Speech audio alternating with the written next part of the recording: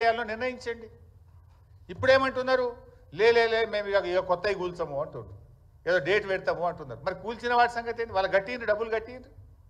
Pay them the compensation ఇచ్చినా వాళ్ళు పడ్డ క్షోభ, వాళ్ళు పడ్డ బాధ, వాళ్ళు పడ్డ అనుభవించిన నరకమైతే పోదు కదా. తక్కువ బాధన? వర్షం పడుతుంటే నడి రోడ్డు మీద పడేసిండ్రు, పిల్లల పుస్తకాలతో సహా బట్టలతో సహా కట్టు బట్టలతో ఇళ్ళకి వెళ్ళి బయటకు వెళ్ళగొట్టి గోసపుచ్చుకున్నారు కదా.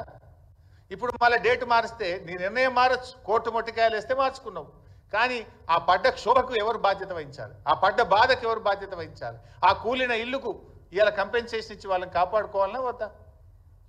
అదేవిధంగా ఇలా మూసీలో కూడా ఇల్లు కూలగొట్టివి, నీవు చట్టం చూసుకోపోతివి, పద్ధతి పాటించకపోతివి, పార్లమెంట్ నువ్వు తప్పుదోవ పట్టిస్తేవి. ఈ కూలిన ఇళ్లకు రేపు నష్టపరిహారం ఎట్లా చెల్లిస్తావు? రేపు డెఫినెట్గా ఇవ్వాల్సిందే. బీఆర్ఎస్ పార్టీ ఊరుకోదు. ఈ బాధ ఎట్లా తీరాలి? ఎందుకు ఈ తొందరపాటి దుందుడుకుడు చర్యలు? ఆగమాగం చేసి ఇలా రాష్ట్రం పరుగు తీస్తున్నావు, పేదల ఉసురు పోసుకుంటున్నావు.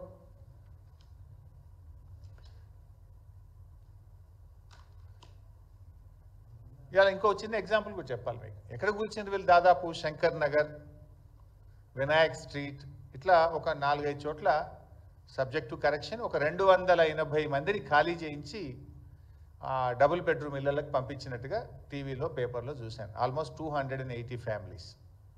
ఒక చిన్న ఎగ్జాంపుల్ చెప్తే ఎట్లా నష్టపోయారు. ఓల్డ్ మలక్పేట్లో శంకర్ నగర్లో ముజాహిద్ అనే ఒక ఆయన నివాసం ఉంటుండే. ఆయన పేరు ముజాహిద్, ఆయన భార్య పేరు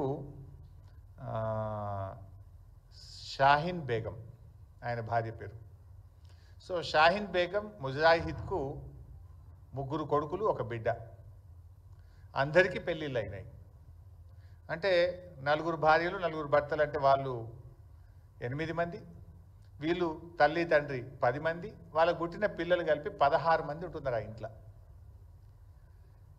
ఓల్డ్ మలక్పేట్, శంకర్ నగర్ ఒక ఇంట్లో మూసి దాంట్లో 16 మంది ఉంటున్నారు. వీళ్ళు పోయినరు, ఆ ఇల్లు కూలగొట్టి డబుల్ బెడ్రూమ్ ఇచ్చిండ్రు. ఆ డబుల్ బెడ్రూమ్లో 16 మంది ఉండగలుగుతారా? వాళ్ళు ఉంటున్న మూసి ఇంట్లో 8 గదులు ఉన్నాయి.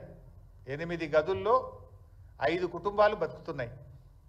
3 కొడుకులు, 1 బిడ్డ, తల్లి తండ్రి. 8 గదుల ఇంట్లో 16 మంది నివసిస్తుంటే ఆ ఇల్లు కూలగొట్టి ఒక డబుల్ బెడ్రూమ్ ఇచ్చి మీరు వెళ్ళిపోండి అన్నారు. ఆ పాత ఇంటికి రూపాయి ఇయ్యలే. కానీ 2013 భూసేకరణ చట్టం ఏం చెప్తుందంటే, పెండ్లైన వాళ్ళు ఇంట్లో ఎందరుంటే అన్ని డబుల్ బెడ్రూమ్లు వేయాలి.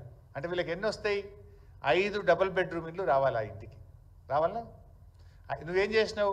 కేసీఆర్ కట్టించిన ఒక ఇల్లు ఇచ్చి వాళ్ళని బలవంతంగా నెట్టేసి నేనేదో గొప్ప పని చేసిన, మానవత దృక్పథంతో చేసిన అంటున్నావు. మానవత దృక్పథం కాదు, ఇట్ ఈస్ దేర్ రైట్.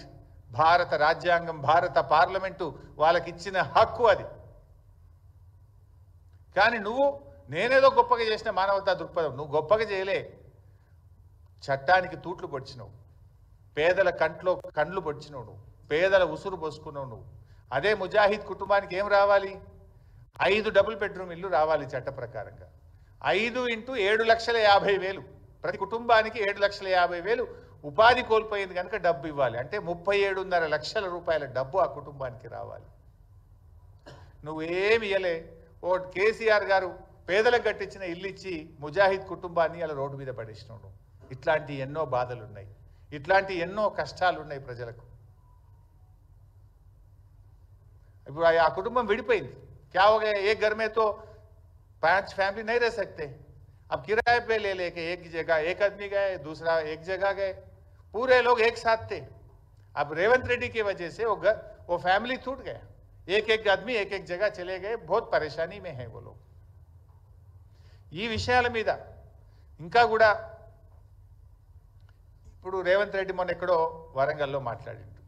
వరంగల్లో మాట్లాడుతూ సోనియా గాంధీ గారి కాళ్ళు కడిగి నెత్తిలో నీళ్లు పోసుకోవాలని చాలా గొప్ప డైలాగ్ అయితే కొట్టిండు.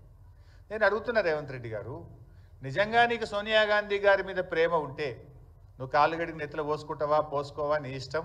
వెనకడ బలి దేవత అన్నావు, ఇప్పుడు దేవత అన్నావు, రేపు ఏమంటావో నువ్వు, నీ నోటికి హద్దు లేదు, పద్దు లేదు. బట్ అట్లీస్ట్ నిన్నగాక మొన్న మాట్లాడినావు. ఆవిడ మీద ప్రేమ ఉంటే సోనియా గాంధీ గారు తెచ్చిన 2013 భూసేకరణ చట్టాన్ని అమలు చేయి. వారు తెచ్చిన చట్టానికి ఎందుకు తూట్లు పడుస్తున్నావు అని నేను అడుగుతా ఉన్నా.